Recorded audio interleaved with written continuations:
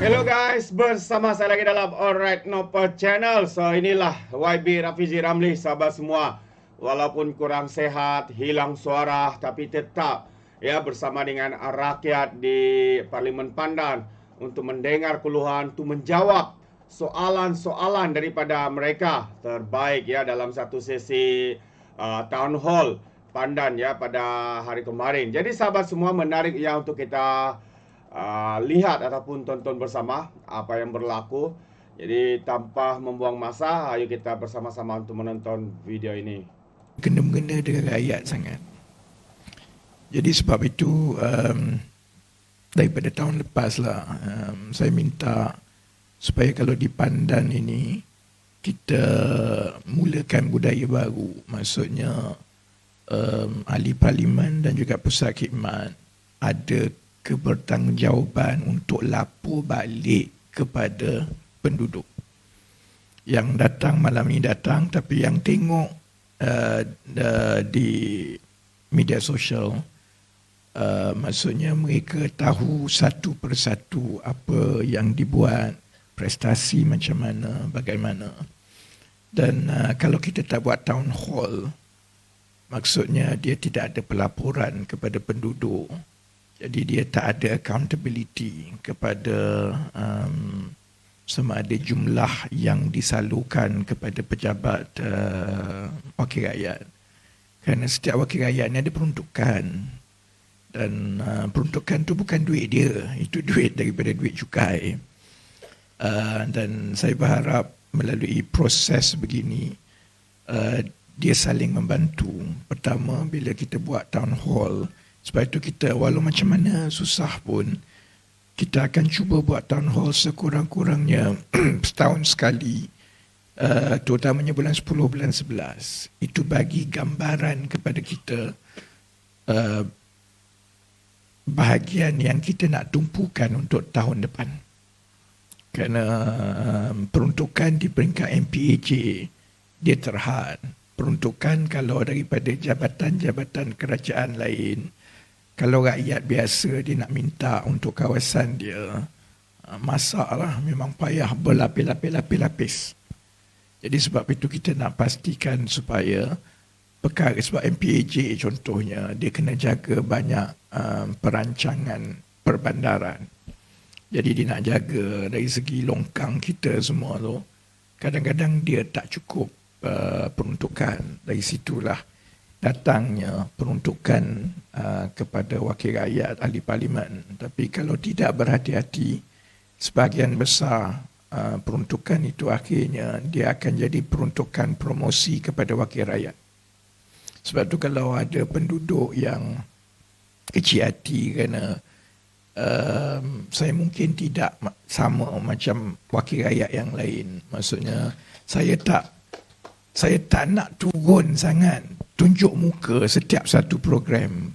Tugas pusat khidmat ialah membolehkan persatuan penduduk, kumpulan penduduk menjalankan aktiviti dengan baik.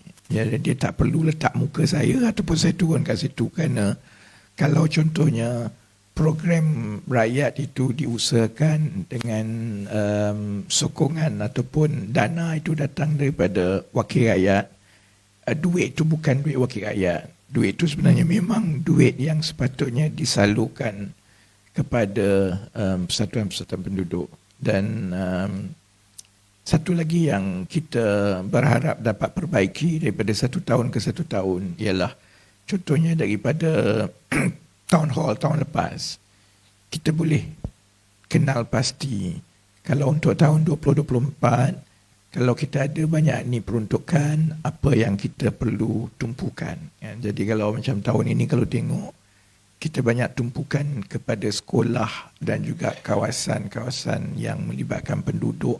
Longkang semua tu biasalah, tapi maksudnya taman, sebab dalam senarai keutamaan jabatan-jabatan kerajaan, maintenance ni susah nak dapat. Sebab duit yang dia ada tu dia kena buat yang lain. Jadi sebab itu kita selalu komplain, Malaysia ni masa buat projek tu cantik, lepas tu jaga tak elok, maintenance tak elok. Sebenarnya masalah dia masalah budget maintenance.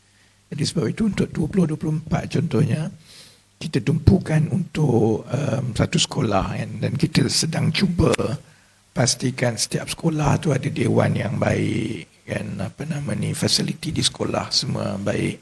Selain itu taman mana yang melibatkan yang kecil akan diuruskan melalui peruntukan pusat khidmat, mana yang lebih besar. Contohnya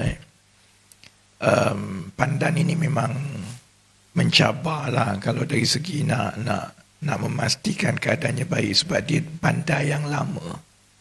Kebanyakan daripada flat ini tahun 80-an yang tak bercatnya, yang bumbung cabut lah, yang segala jenisnya kan. Masa kita rancang dulu 40-50 tahun lepas, ideanya ialah bila kita buat flat ataupun kita ada management committee, kita kumpul maintenance fee. Daripada maintenance fee itu kita sepatutnya penduduk itulah yang menjaga maintenance. Tapi saudara-saudari tahu masalahnya ialah satu, bukan semua bayar maintenance fee. Yang kedua, lama-lama banyak orang yang menyewa, dia pun tak bayar. Ketiga, kalaupun bayar semua maintenance fee untuk penduduk yang dalam B40, 40-50 ringgit sebulan tu pun dah tinggi untuk dia. Dan kalau JMP ataupun MC tu boleh kutip semua pun, dia takkan cukup untuk cat semua.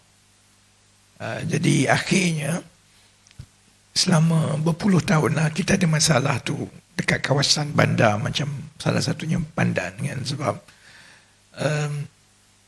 penduduk akan beritahu kawasan kita, atap bumbung kita terbang koyak semua kan. Sebenarnya pada peringkat kerajaan itu bukan tanggungjawab kerajaan, sebab yang itu adalah harta peribadi. Kalau tidak, memang kita kena tukar semua bumbung orang lah contohnya kan. Tapi kita juga sedia maklum bahawa takkan kita nak biarkan penduduk dalam keadaan yang teruk begitu kan. Cuma untuk kita bantu dan mula baiki satu persatu, selalunya peruntukan tu besar. Selalunya 700-800 ribu kan. Jadi yang itu di luar kemampuan MPAJ ataupun di luar peraturan peruntukan yang disalurkan kepada ahli parlimen. Yang itu saya kena uruskan di peringkat persekutuan. Maksudnya saya kena berunding dengan jabatan-jabatan persekutuan yang terbabit. Saya kena pastikan dia ada bajet yang betul dan kemudian diperturunkan kepada MPAJ untuk laksanakanlah. Jadi 2023 dan 2024 saya ingat kita dah buat flat kencana. Flat kencana. Jadi begitulah, insyaAllah satu demi satu. Jadi selain daripada kaunter bergerak yang orang ramai datang bagi pandangan, mengadu dan sebagainya, untuk perancangan 6 bulan 1 tahun ini, terutamanya untuk saya tahu kawasan mana yang patut diberi perhatian, pasal apa lagi, sebab kami pegawai pusat khidmat ada 2 orang ya, dan agak mustahil lah untuk kami tahu semua yang berlaku kecuali diberitahu. Jadi town hall seperti ini banyak membantu kami untuk kita merancang untuk tahun depan. Dan rule of thumb yang saya sebut kepada kalau di Pandan ialah peruntukan itu seberapa banyaknya mestilah sampai kepada penduduk, bukan untuk pusat khidmat. Dia bukan untuk buat program, bukan untuk wakil rakyat dan sebagainya. Yang itu, dan untuk itu berlaku, maksudnya kita kena pastikan kumpulan penduduk kita yang berbeza-beza ini, mereka dapat membangunkan sama ada program atau mengenal pasti naik taraf yang betul di kawasan mereka. Kerana kita selalu melalui penduduk dan dia berdasarkan maklum balas penduduk. Jadi kalau contohnya, kalau program-program yang dibuat oleh kumpulan penduduk itu dia syok sendiri, jadi akhirnya duit itu jadi syok sendiri lah, dia tak menyelesaikan masalah lah. Jadi kita perlukan juga untuk terus sama-sama memastikan bahawa kumpulan penduduk itu pun dia tahu kalau program ini dia nak buat sesuatu, kesan itu kepada penduduk setempat itu besar. Dan saya ingat proses ini akan terus berjalan dan dia akan bagi ruang kepada penduduk-penduduk untuk tahu sebenarnya, satu, bahawa penduduk-penduduk ada hak kepada peruntukan yang diberikan. Yang keduanya, penduduk-penduduk tahu macam mana wang itu dibelanjakan. Dan yang ketiga, penduduk-penduduk juga ada hak untuk menentukan bagaimana naik taraf yang boleh berlaku di kawasan mereka. Dan kalau kita teruskan dengan cara ini, insyaAllah maksudnya lama-lama ahli parlimen tu ada pun tak apa, tak ada pun tak apa. Kan? Kalau tidak, kalau cara lama, orang nak kena beratur, nak menunggu ahli parlimen, nak dapatkan sedikit. Kan? Saya ingat itulah yang kita cuba laksanakan dekat Pandan selama 2 tahun ini, dan saya harap dapat diperbaiki di masa akan datang. Dan sebelum saya buka, sebab jangan bully saya kan, saya balik ni memang tak ada suara terus ni kan. Saya juga nak ambil kesempatan ini untuk ucapkan terima kasih kepada jabatan-jabatan kerajaan yang banyak membantu di sebelah pihak MPAJ, di pihak IPD Ampang Jaya, Bomba dan yang lain-lain. Untuk IPD Ampang Jaya, sebenarnya kita Kementerian Ekonomi dah luluskan untuk pembinaan IPD yang baru di Ampang Jaya. Sekarang dalam proses pembangunan, saya nak kena bincang balik dengan Bukit Aman. Bukit Aman mungkin ada pandangan yang lain sedikit, tapi saya dah maklumkan kat dia orang kan. Sama juga kalau dengan MPAJ untuk tahun 2025, memang kita dah ada 2-3 peruntukan untuk kita naik taraf beberapa kemudahan di sini kan. Jadi untuk penduduk, contohnya kawasan pasar, pasar Taman Muda tu sebenarnya adalah pasar basah paling besar di sebelah timur Selangor. Tapi saya ingat kali terakhir dia naik taraf, saya ingat dah berpuluh tahun lah kan. Jadi saya juga minta bantuan daripada Persatuan Penjaja di situ nanti. Sementara kita nak bangunkan bersama ni, peruntukan itu telah diluluskan. Kita minta kerjasama semua pihak supaya kita boleh naik taraf pasar itu untuk kemudahan semua. Selalunya naik taraf pasar ni tak mudah lah. Sebab peruntukan tu satu hal, design tu satu hal, untuk meyakinkan penjaja-penjaja itu satu hal juga. Kadang-kadang peniaga dia tak nak bertukar kan, dia tak nak daripada gerai dia sekarang ni, dan proses peralihan tu kadang-kadang ambil masa kan. Maksudnya untuk kita bina balik dengan cantik semua tu, akan ada satu tempoh peralihan yang dia rasa akan menjejaskan perniagaan dia. Jadi yang itu nanti bila kita laksanakan. Tapi salah satu perkara memang kita dah luluskan supaya pasar Taman Muda itu dinaik taraf sesuai dengan kedudukannya sebagai pasar basah yang paling besar di sebelah timur Selangor ini kan. Begitu juga dengan taman. Satu taman, kita dah memang ada padang MPAJ, padang, tapi yang dekat dengan Masjid Al-Azim tu dipanggil padang perbandaran. Yang itu pun insyaAllah kita akan selesaikan.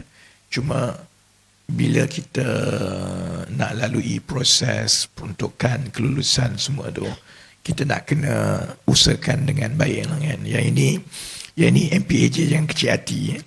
saya selalunya kena imbangi kerana kalau di sebelah pihak berkuasa tempatan, ada planning dia, ada dan tu. Tapi kadang-kadang kalau tak berhati-hati, kita habiskan, kita naik taraf buat semua, nanti penduduk benda tu dah siap, dia banyak komen. Jadi saya nak kena lalui proses itu. Tapi memang kalau daripada maklum balas penduduk lah, memang selari bahawa banyak penduduk mahukan supaya taman perbandaran tu dinaik taraf kerana bandar ni kawasan bandar. Bila di kawasan bandar, selain daripada masalah utama bandar, penduduk selalunya nakkan tempat untuk mereka beriadah, untuk mereka exercise dan sebagainya lah. Jadi beberapa perkara itu insyaAllah kita selesaikan dalam tahun 2025. Dan seterusnya saya ingat kita boleh buka kepada orang ramai yang hadir untuk boleh buka lah kan. Saya, walaupun saya ahli parlimen, yang kontrolnya semua pegawai Pershakiman. Jadi nak bercakap pun kena tanya tengok dia dulu. Saya ingat kita boleh buka kepada sebarang soalan ataupun aduan ataupun cadangan mana yang bersabit dengan masalah yang kita boleh selesaikan. Pershakiman akan ambil nota, kita akan ambil tindakan. Mana yang berbentuk cadangan, macam mana kita nak menguruskan dengan lebih baik tahun depan, insyaAllah kita masuk ke dalam perancangan. Kalau ada pertanyaan yang lain pasal RON 95 ke pasal yang lain-lain, boleh ditanya seperti biasa. Jadi saya silakanlah siapa yang bertuah yang nak tanya dulu. Assalamualaikum YB.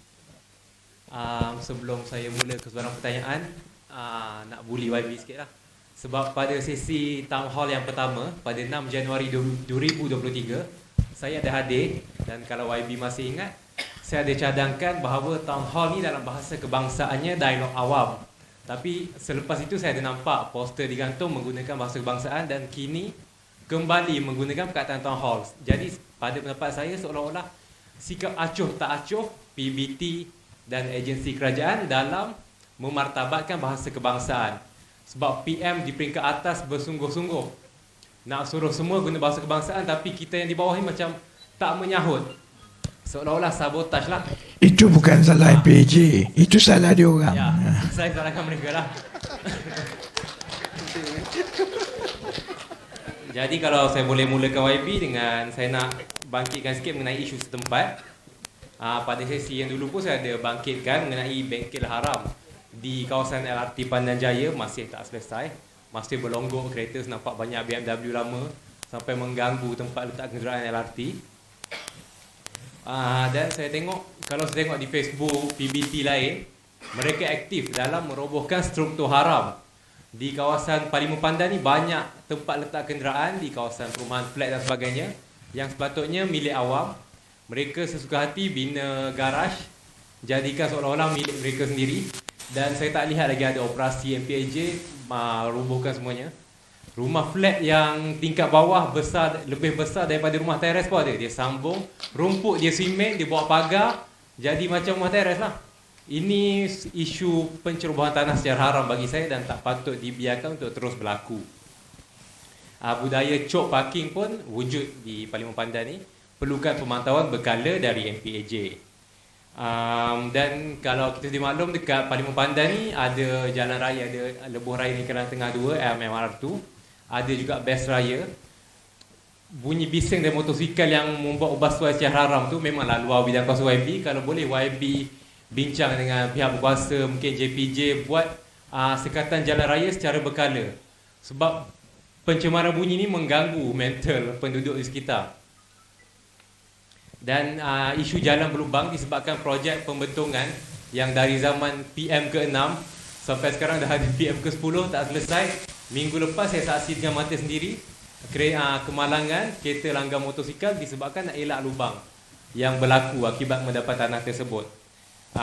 Jadi selesai isu setempat, saya nak ambil peluang ni juga memandangkan kita ada YB yang seorang ahli parlimen blok kerajaan yang juga ahli kabinet. agak rugi kalau saya sekadar bangkitkan isu setempat, longkang dan sebagainya. Nanti jap, okey, saya ingat sebab kita buat macam ni, kita bagi orang lain dulu, kalau lepas tu tak ada soalan, dan you boleh tanya soalan itu. Okey. Tapi sebenarnya YB bukan soalan, cadangan saja. Okeylah, saya... Sebab nanti you keluar, dia orang akan baling. Sebab kalau dia mengambil masa orang lain, tapi tak apa, boleh bagi cadangan. Itu cadangan je kan? Ya, cadangan, tak ada soalan. Tak minta YB jawab kata cadangan. Satu, berkenaan subsidi petrol. Saya nampak YB ada wawarkan, mungkin kita akan gunakan MyCard. Tetapi saya minta YB teliti selanjutnya. Kenapa? Kerana kalau di kawasan bandar, contohnya Parlimen Bandar ni, ada banyak stesen minyak. Tapi kalau kita keluar bandar, jarak stesen minyak mungkin lebih 10 km, dan orang kampung yang gajinya kais pagi makan pagi, dia akan pergi ke kedai runcit yang jual petrol yang diisi semua dalam botol. Jadi saya takut golongan seperti itu tak dapat manfaat subsidi kalau kita gunakan MyCard. Dan orang luar bandar ni ada yang MyCard chip rosak dan sebagainya. Dia tak pergi pun ke JPN untuk perbaharui sebab tak ada keperluan. So pada pendapat saya lah, saya bukan menteri, cuma boleh bagi pendapat, YB boleh teliti dan perhalusi. Saya rasa kaedah cash transfer ataupun pindahan secara tunai lebih berkesan lah untuk mereka yang tinggal di luar bandar. Dan satu lagi, saya nak minta YB bawa ke peringkat kabinet kalau boleh, ke Menteri Pembangunan Wanita, Keluarga dan Masyarakat, isu bantuan JKM. Ini isu kawan saya, dia ada adik OKU. Jadi adiknya berpendapatan 1,500 dan menerima bantuan JKM RM450 sebulan. Kemudian adik dia menerima kenaikan gaji sebanyak RM50. Sebaik saja menerima kenaikan gaji tu, allowance JKM tu terhenti sebab gaji naik RM50. Tapi sebenarnya dia hilang lagi RM400. So kalau boleh bantuan sebegini, daripada hentikan secara terus, hentikan secara berperingkat supaya lebih adil. Mungkin ini prosedur lama yang lapuk yang boleh kabinet perhalusi dan telitilah untuk tambah baik di masa akan datang. Sebab tak nak mengambil masa, banyak lagi cadangan, tak apa, saya buka pada orang lain dulu. Terima kasih YB.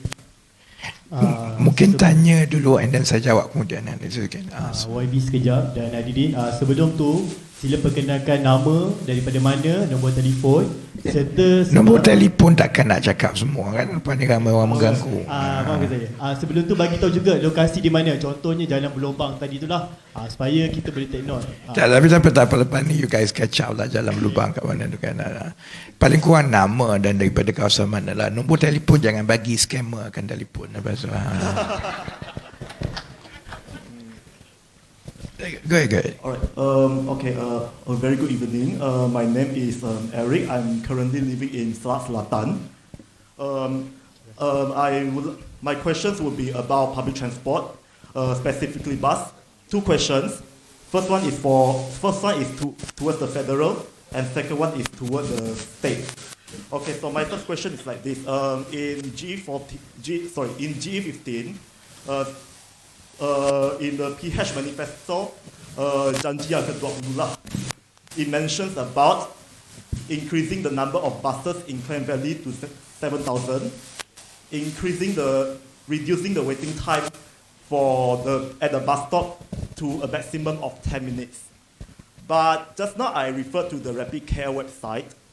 Rapid Care only has 892 buses operating, and the frequency at my place, in worst case scenario, I have to wait for 1 hour. While I welcome the PMX announcement in the budget 2025 regarding the intention to buy in 250 electric bus, but I'm worried that this will mean that we have to stop buying the diesel buses, which is intended to replace the buses that are already broken down.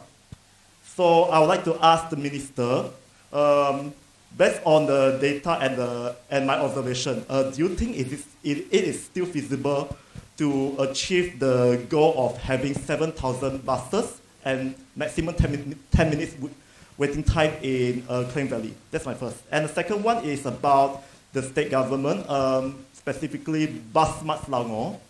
I welcome Bus Smart Selangor is a very good initiative in Selangor. It improves the public transport in, like, for example, like Ampang, like Shah Alam, Klang, for example. But I have some concerns about bus operators, which is not. There are some bus operators of Smart Selangor like Rapid KL, I have no complaint at all. But other than Rapid KL, for example, in Klang, in Shah Alam, firstly, they don't really follow the schedule. Secondly, they don't have the GPS. So when I wait at the bus stop, it's like I have to do a lottery. The bus will come or not, and I might only be able to reach home like 3 or 4 hours, worst case scenario. So I hope the minister will help me to refer to the state government and ask the non-Rapid KL bus operator who is operating bus Selangor to do some improvement to improve the bus user experience. That's all from me. Thank you very much. Mungkin satu lagi seorang, I don't know seorang, sebab nanti kalau banyak-banyak saya lupa. Bismillahirrahmanirrahim. Assalamualaikum warahmatullahi wabarakatuh. YB, saya ni Zulkarnain Yaakob daripada Persatuan Penduduk Taman Seri Angsana Hilir dan juga mewakili anak-anak di Akademik Insan Cemerlang di Kampung Pandan. Pertama YB, terima kasihlah saya ucapkan kepada pejabat YB yang membantu untuk kami Persatuan Penduduk menjalankan aktiviti. Saya nak jemput YB datang tahun depan, kenduri rakyat, buatlah kad kami. YB datang, kita buat kenduri rakyat, aduan rakyat, apa rakyat tu semua. Rakyat nak tengok YB, nak datang, nak berkenalan. Boleh yang susun diorang, jadi diorang akan susun. Tuan Syafiq dekat rumah saya dulu. Tapi dia kena pastikan YB datang. Kedua YB, pada 16 hari bulan 11 ni saya atas nama Akademi Insan Cemerlang mengadakan teknik pecuntan akhir menghadapi SPM. Mula-mula nak buat kat sekolah tetapi pekeliling daripada Kementerian Pelajaran mengatakan sekurang-kurangnya 2 bulan memohon untuk buat. Terpaksa lari buat kat Masjid Kampung Pandan. Saya dapat senarai setakat ni lebih kurang 40 orang. Minggu depan saya rasa lebih daripada 100 orang. Tempat tak ada. Saya punyalah tengok dalam website MPAJ sewa 1 jam RM200 YB. Dewan terbuka di sebelah masjid Masjid Nurul Hidayah. Manalah mampu saya nak bayar. Saya nak bayar penceramah, saya nak bayar makan minum pelajar-pelajar ni. Jadi saya dah merempat tak tahu nak mana-mana. Budak duduk bersila di Dewan Nikah Masjid Nurul Hidayah tu, berapa lama boleh tahan? 2 subjek, sejarah dan matematik. Kesian pelajar YB. Saya nak merayu pada MPAJ. Kalau tak dapat, saya nak pindah kepada IPD Ampang Jaya. Dewan terbuka IPD. Kalau tak dapat MPAJ, saya merayulah pada tuan nak buat kat sana. Tak apa, yang itu diorang selesaikan. Buat apa YB? Saya tak mampu nak bayar YB. Diorang akan selesaikan cerita nanti dengan MPAJ semua tu. Kedua jadi, YB. Tak payah pergi ke IPD. Terkejut budak-budak tuan dia. Bila tengok situ, diorang tak boleh keluar kawalan. Kedua, padang bola Jalan H Kampung Pandan. Tadi hampir bergaduh dengan Indonesia. Diorang sengaja menggunakan padang tu. Ada sekali dia sengaja tendang bola kat saya kerana saya dah buat training budak. Saya buat kat situ. Akademi Insan Cemerlang, saya buat sendiri. Saya usaha sendiri untuk budak-budak yang ramai bermasalah dari segi sosial. YB, tolong tengok padang tu teruk dan bantulah akademik saya ni YB. Untuk bukan saja bola sepak. Saya seorang motivator dalam penjara. Buat untuk Juvana. Saya buat ceramah motivasi di penjara-penjara di Henry Geni dan sebagainya. Saya tahu masalah-masalah remaja ni YB. Jadi salah satu tempat dia ada padang pun teruk YB. Itu budak tersilur tendang batu yang besar dalam padang tu. Saya dah cakap pada MPAJ, tapi saya faham MPAJ tak ada peruntukan untuk membaiki. Itu dia bubuk pasir je. YB, last, kerana ramai. Terima kasih YB, tolonglah tengok Fred Angsana Hilir. Kami nak chat. Terima kasih. Assalamualaikum warahmatullahi wabarakatuh. Okey. Saya jawab dulu. Saya jawab yang the first 3 dulu. Tadi Abang Zulkarnain tadi apa nama ni, flat tu kita kena masuk queue insyaAllah kerana dia di luar peruntukan ataupun peraturan. Yang flat tu memang kena federal funding. Jadi bila federal funding tu, saya nak kena bincang dengan KPKT sebab senarai dia daripada seluruh negara tu panjang kan. Jadi kita nak kata, tapi insyaAllah kan, kita tengok macam mana satu persatu. Yang saya ingat padang tu tak ada masalah Coach Syafiq. Kalau ada daripada projek kecil, IKR pun boleh, kalau tak projek kecil dengan itulah nanti kita bincang dengan MPAJ kan. MPAJ boleh submit untuk permohonan projek kecil dan kita uruskan yang itulah. Yang Dewan Jalan H tu pun tak apa, iaitu Syafiq kan orang kat situ. Dia sebenarnya dia nak komplain Syafiq tak bantu dia. InsyaAllah itu tak ada masalah lah kan. Dan yang kaunter bergerak tu memang jadual tu kita dah susun, tapi insyaAllah tak ada masalah lah. It's just a matter of nak pergi ke mana dahulu, kerana permintaan saya kepada pusat khidmat ialah setiap bulan tu kita kena pergi kepada satu kawasan, sebab cara dulu kita tunggu orang datang kat kita. Sekarang ni orang dengan kesibukan semua. Dan setakat ini saya tengok bila kita turun dulu, masa saya penggal pertama dulu, kita hanya buat kantor bergerak di pasar, tapi tak semua orang pergi pasar lah. Jadi sebab itu kali ini lebih baik setiap bulan kita turun satu kawasan, jadi nampak sambutan kerana penduduk kawasan tu datang keluar ramai-ramai sebab ni. Jadi insyaAllah Taman Angsana Hilir tu nanti kita uruskan. The second question on public transport, it is true that sekarang ini bas, saya ingat secara rasmi dalam 1,000, sama macam yang saya sebut awal-awal tadi, masalah negara kita ni sebenarnya kita tak ada cukup wang untuk maintenance. Jadi sebab itu bas pun masalah sama, kereta api pun masalah sama. Jadi bila tak cukup wang untuk maintenance, apatah lagi untuk pengangkutan awam, akhirnya yang selalu berlaku ialah dia cannibalize. Bas tu rosak, dia nak tunggu daripada peruntukan maintenance untuk ganti spare part susah, jadi dia ambil daripada bas lain. Jadi sebab itu actually the actual number of buses on the road most probably is even lower than yang kita tahulah. Punca dia ialah investment, prasarana, termasuklah dari segi MRT, LRT, bas semua ni. Prasarana adalah salah satu daripada tanggungan kerajaan yang paling besar dalam semua. Satu ialah bila kerajaan ambil alih, kalau ingat dulu LRT, Kelana Jaya, Star kan, masa monorail dulu, dia bermula sebagai projek swasta. Kemudian projek swasta tu tak berjalan. Ini akhir tahun 98, awal 2000. Projek swasta tu financially tak boleh. Jadi akhirnya kerajaan kena bail out. Kita masih lagi membayar hutang yang bail out zaman itu. If you think about it kan. Jadi kemudian kita tambah lagi dengan MRT 1, MRT 2. Itu dulu yang saya selalu buat bising. Saya memang cukup menyokong pengangkutan awam, tapi kalau kosnya itu ada benda yang kita rasa mungkin terlalu mahal, kesannya nanti jadi macam inilah. Kita ada MRT, kita ada bas, tapi oleh kerana wang tahunan yang kita ada tu kita nak kena bayar hutang yang sedia ada, yang untuk buat awal tu mahal. Jadi akhirnya dia tak ada maintenance lah.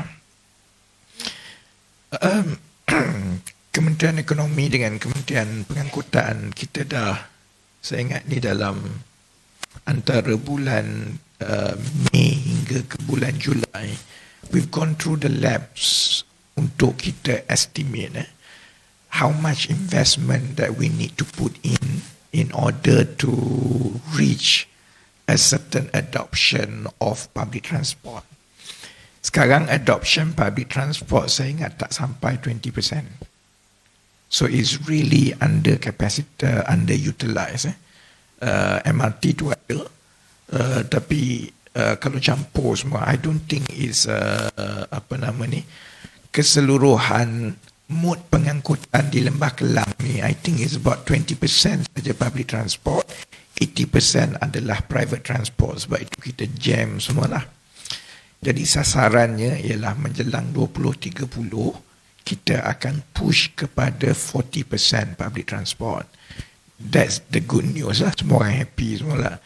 The devil is in the money and the details kan. Jadi kita dah kenal pasti rancangannya semua. Contohnya masalah utama pengangkutan awam di Malaysia di Lembah Kelang.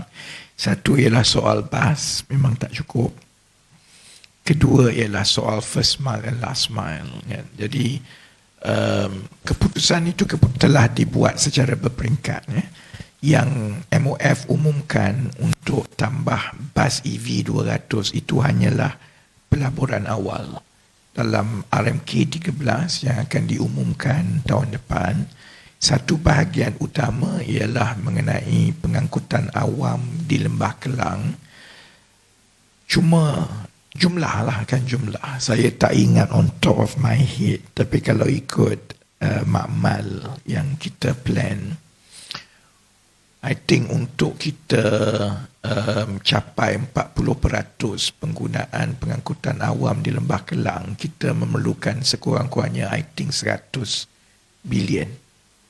At least, I think. No, a lot more. 300, I think. 300 billion.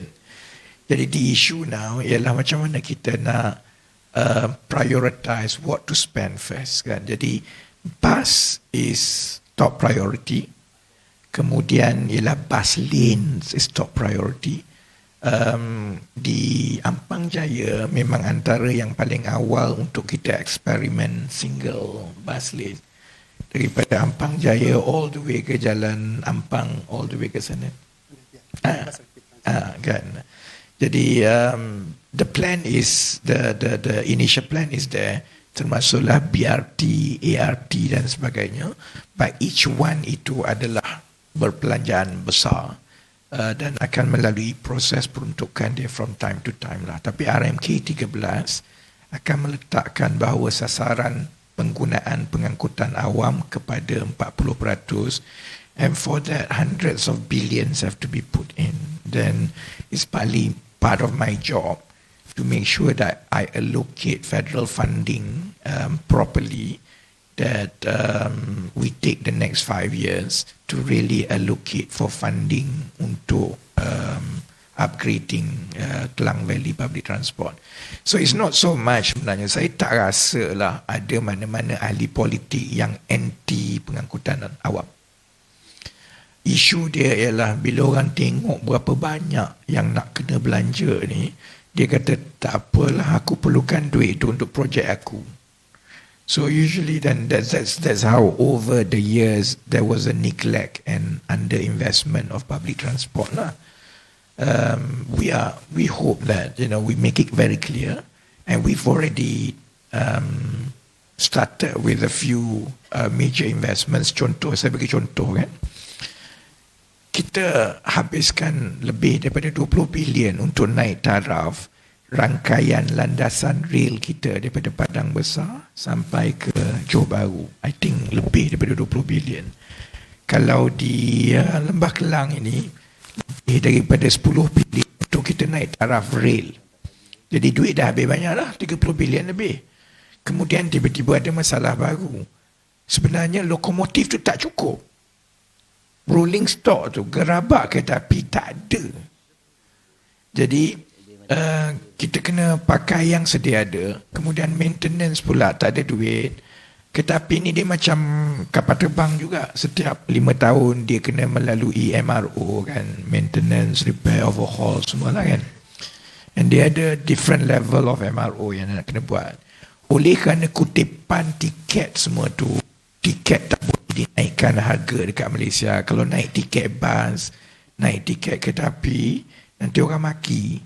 Jadi tak naikkan tiket, kutipan tu tak cukup. Kemudian duit kerajaan pun tak cukup untuk bayar. Jadi apa yang berlaku ialah over the years, kita punya lokomotif dan rolling stock memang tak baiki, dah tak selamat untuk digunakan. Jadi cara dia ialah dia cannibalize lah. Gerabak tu okey sikit, gerabak ni tak okey. Dia pergilah ambil tayar gerabak tu, ambil tayar tu pasang kat sini. Jadi akhirnya kapasiti rangkaian rel kita hanyalah 30% daripada yang sepatutnya. Sebab itu kalau saudara tanya, bukan saja bas, it's also commuter. Kenapa commuter kena tunggu sampai 30 minit, 1 jam? Dia bukannya driver tu tak reti bawa driver commuter ni mudah je kan. So it's not the driver. It's actually we don't have enough rolling stock, and soal rolling stock, soal buses is all soal peruntukan yang kerajaan persekutuan kena beri kan. So I hope you understand the challenge, because kita mewarisi hutang yang besar. Kemudian semua kita nak kena repair, dan dari segi tuntutan ni kan, pengangkutan awam, sekolah, semua nak kena buat sekaligus. Jadi sebab itu bila orang tak suka lah bila saya kata kita kena buat keputusan, termasuklah keputusan yang tak semuanya popular, termasuklah soal penyasaran semula subsidi. Kalau kerajaan ambil penyasaran subsidi itu, kita nak ambil saving 4-5 bilion, duit itu sebenarnya bukan masuk duit poket menteri ke kerajaan, supaya kita ada wang lebih untuk kita bayar kepada pelbagai investments yang kita nak buat untuk rakyat. Dari segi prinsipnya memang mana-mana projek mega yang itu kita bagi kepada swasta buat. Kerajaan tak berminat untuk buat projek mega sebelum ini. Projek mega yang kerajaan ada ialah projek kemudahan rakyat yang terlalu mahal, yang sekarang ini sumber kewangan kerajaan memang bermasalah. Kita nak ambil hutang baru pun tak boleh. Jadi sebab itu kita nak kena balance kan. Dan dalam semua projek naik taraf kemudahan rakyat, yang paling mahal ialah pengangkutan di Lembah Kelang. Saya ingat kalau MRT 3 saja about 50-60B. Kemudian kalau BRT lagi, ART lagi, untuk tambah bas daripada 1,000 sampai 7-10,000. Because in order for you to get waiting time 5 ke 6 minit, memang kita kena I think 5-6 times in the next few years tambah jumlah bas.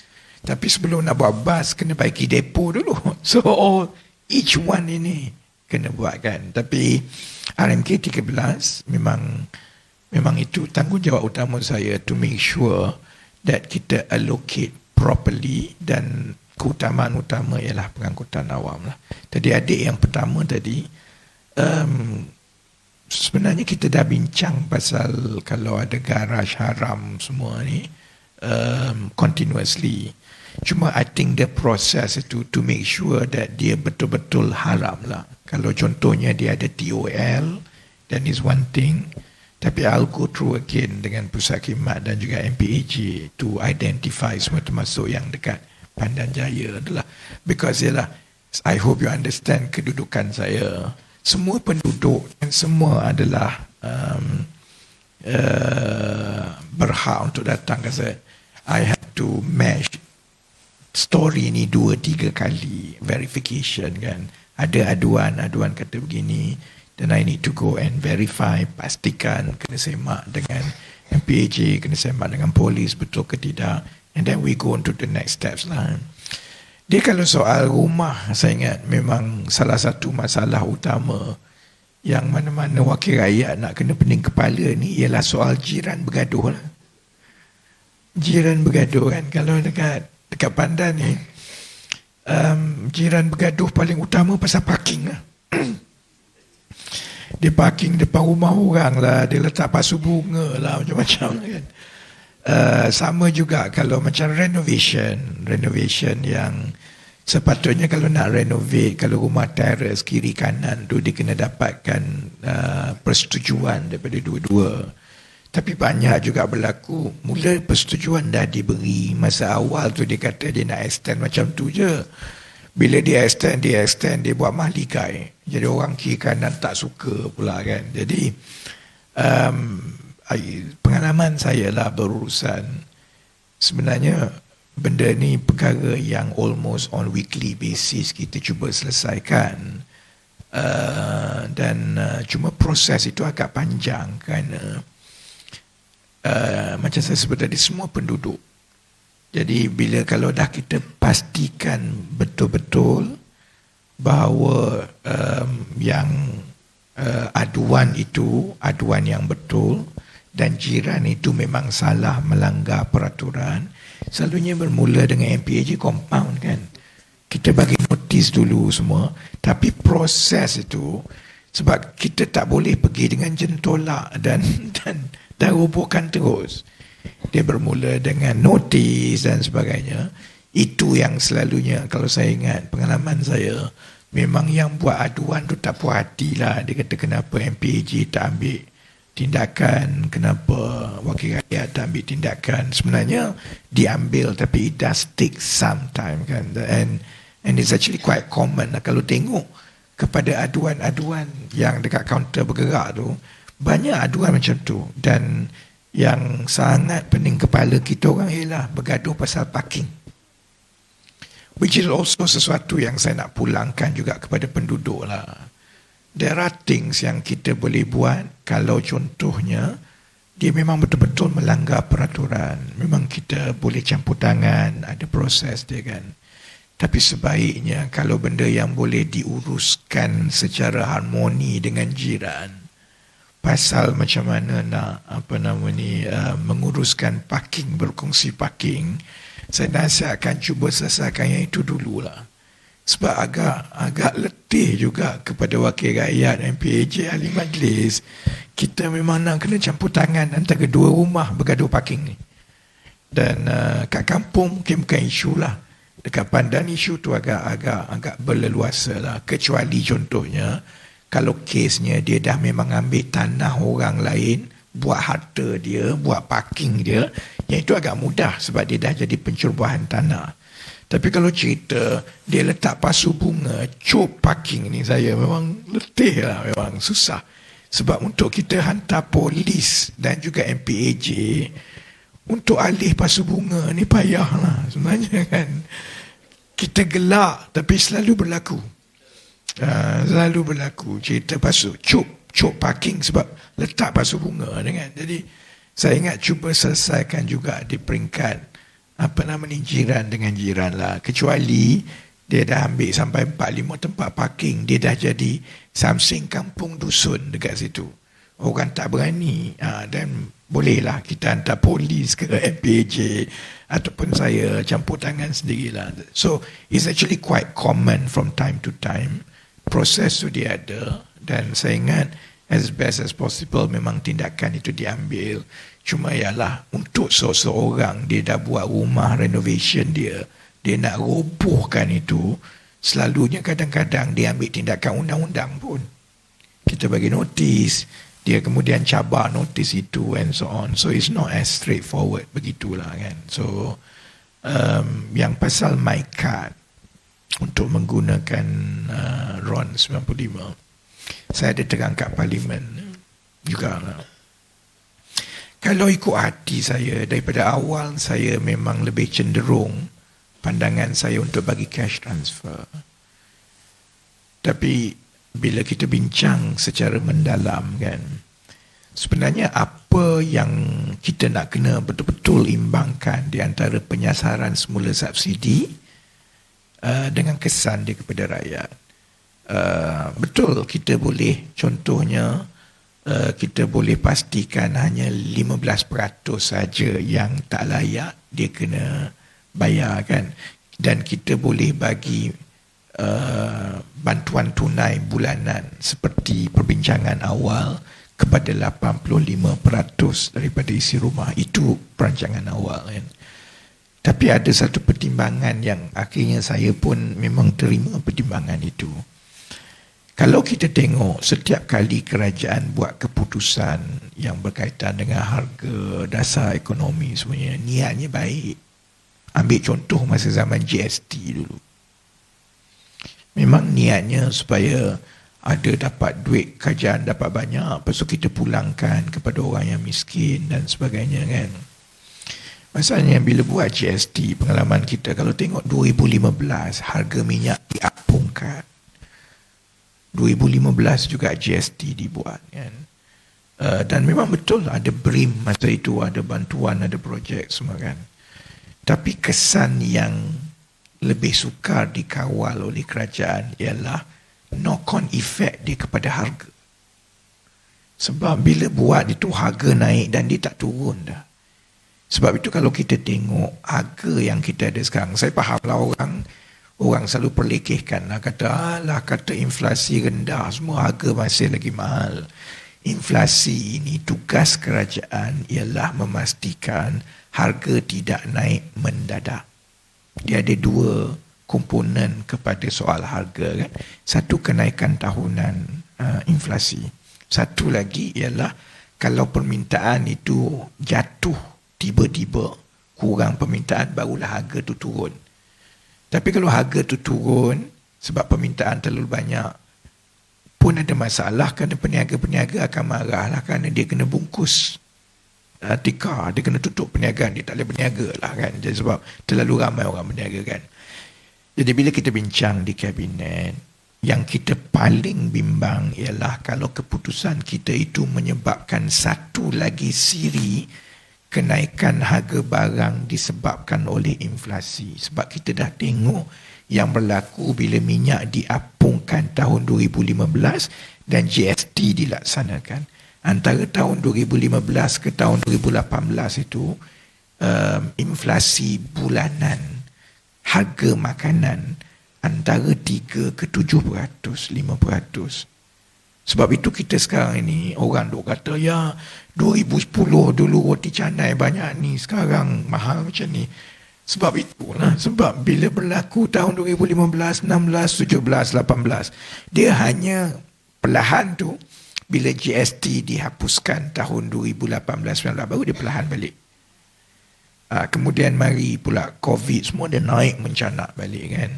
Jadi bila kita fikir begitu, kalau harga itu naik, dan kalau untuk bagi bantuan tunai, dia tak ada pilihan. Memang harga kena naik, semua orang kena bayar harga itu, cuma dia dapat bulanan daripada kerajaan.